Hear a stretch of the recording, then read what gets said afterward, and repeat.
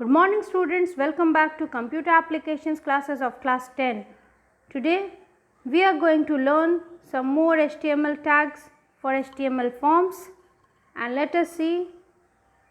We'll start with radio buttons. Now, radio buttons is basically used where we need to have very limited number of choices and we want to select out of them only one. So that time we use radio buttons. Like we have got gender where we have to just select either male or female.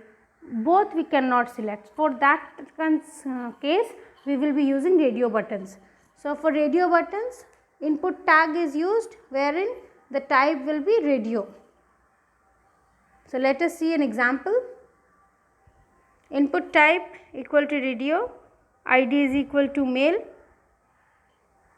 and name is equal to gender, where value is equal to male. So these are basically used.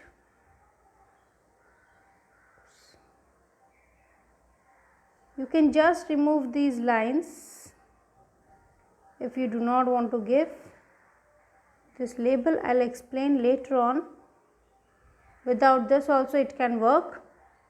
Just writing this, input type equal to radio, ID is equal to male, and name is equal to gender, because these are the genders, that's why, and value is equal to male.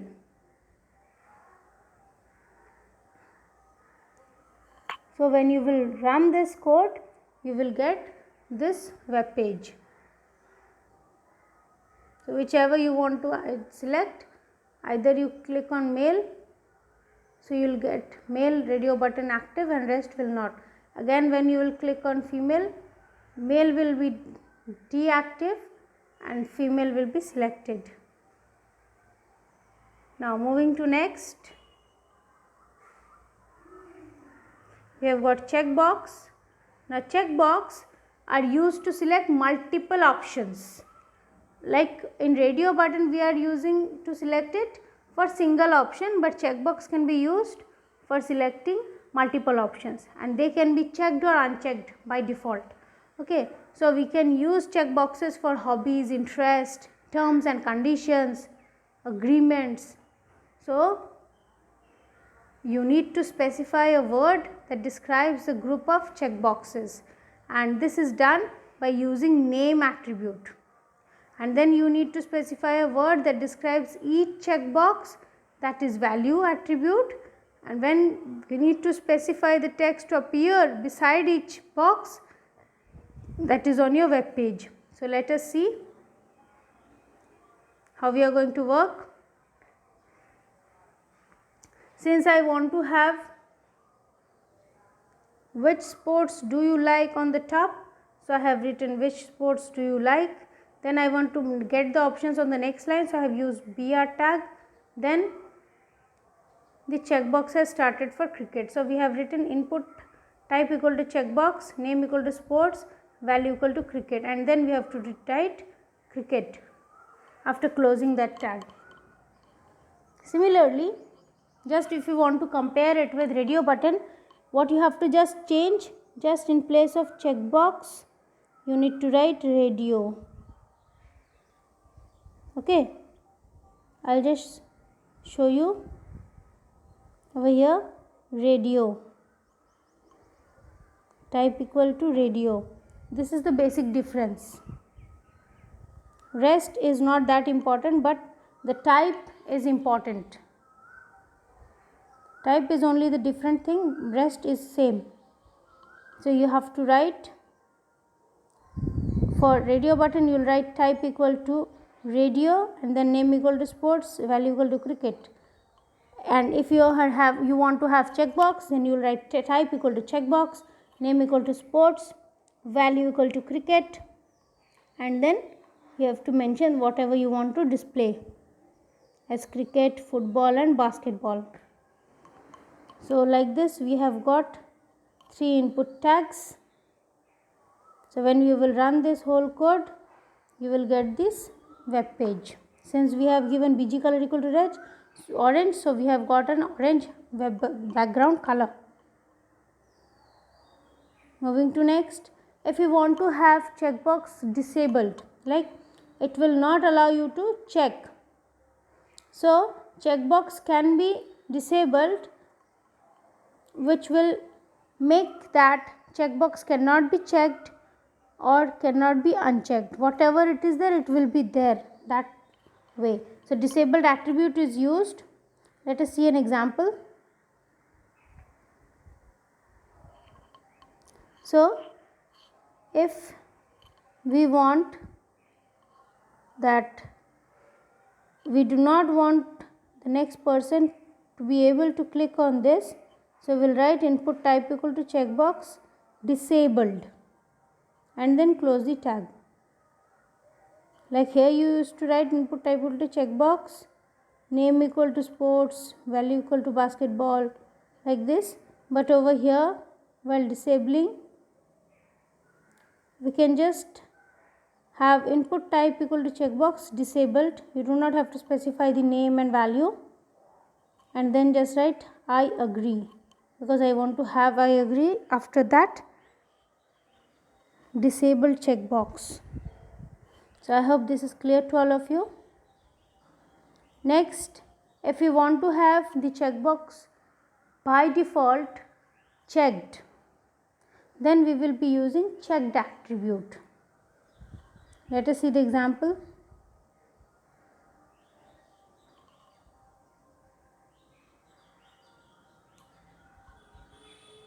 Over here, input type equal to checkbox and then checked.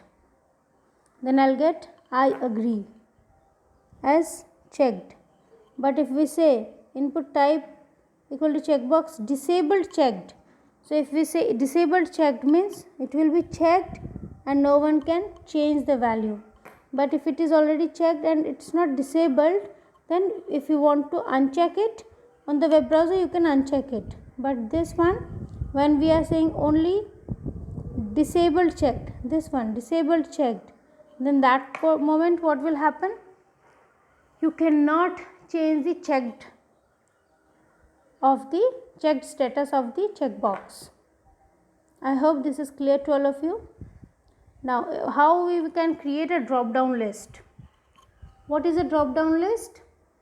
It seems to be like this. You can see a number of options with a list like this. Okay, so let us understand the features and all. So when you want to create, we can also call it as a menu that offers visitors a list of options to choose from.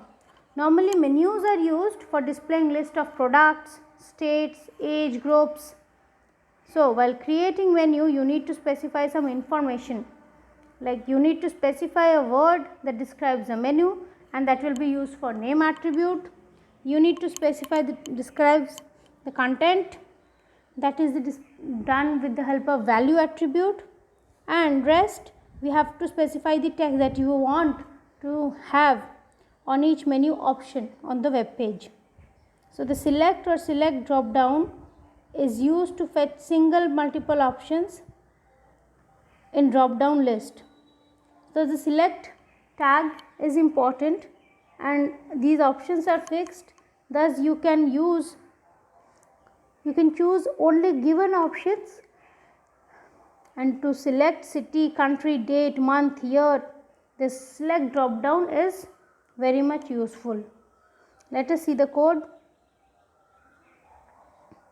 So inside the body tag we have to use form tag, and inside the form tag we will start with select option, select tag, and inside that we have to use option tag.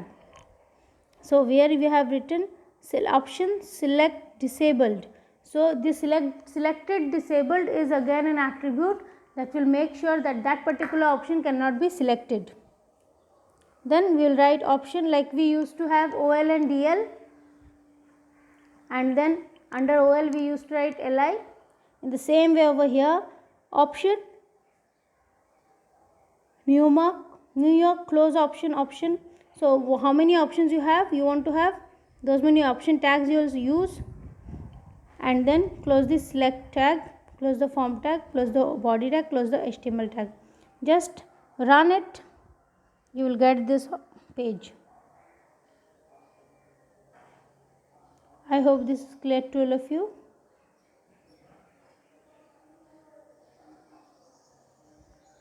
Now moving to next.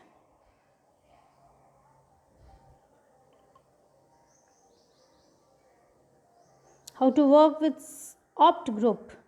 It is an element used to group multiple options in a selected drop down, and the name of opt group is used with label attribute in opt group. Let us see.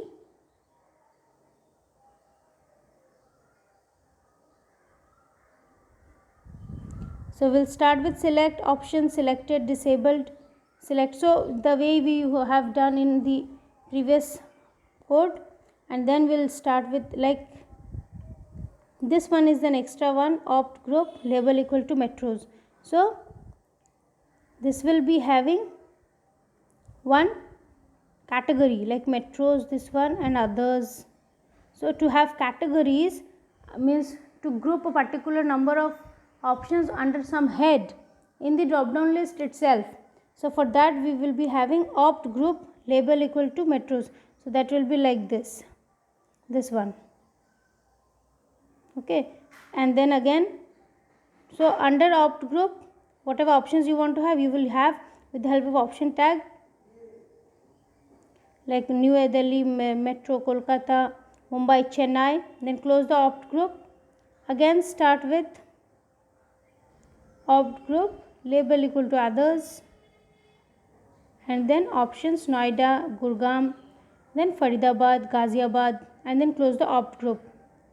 After that close the select group, select tag, form tag, body tag, and HTML.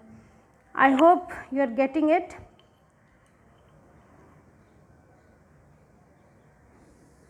So with this we can create our HTML drop down list in the form tag. Now select with multiple attributes. So till now whatever drop down we have created, we can select only one particular option. But now if you want to have more than one option to be clicked, to be selected, then that can be done with the help of pressing control key or command key. So how we can do it? We can have it like this. Just we need to write multiple attribute under the select tag like this.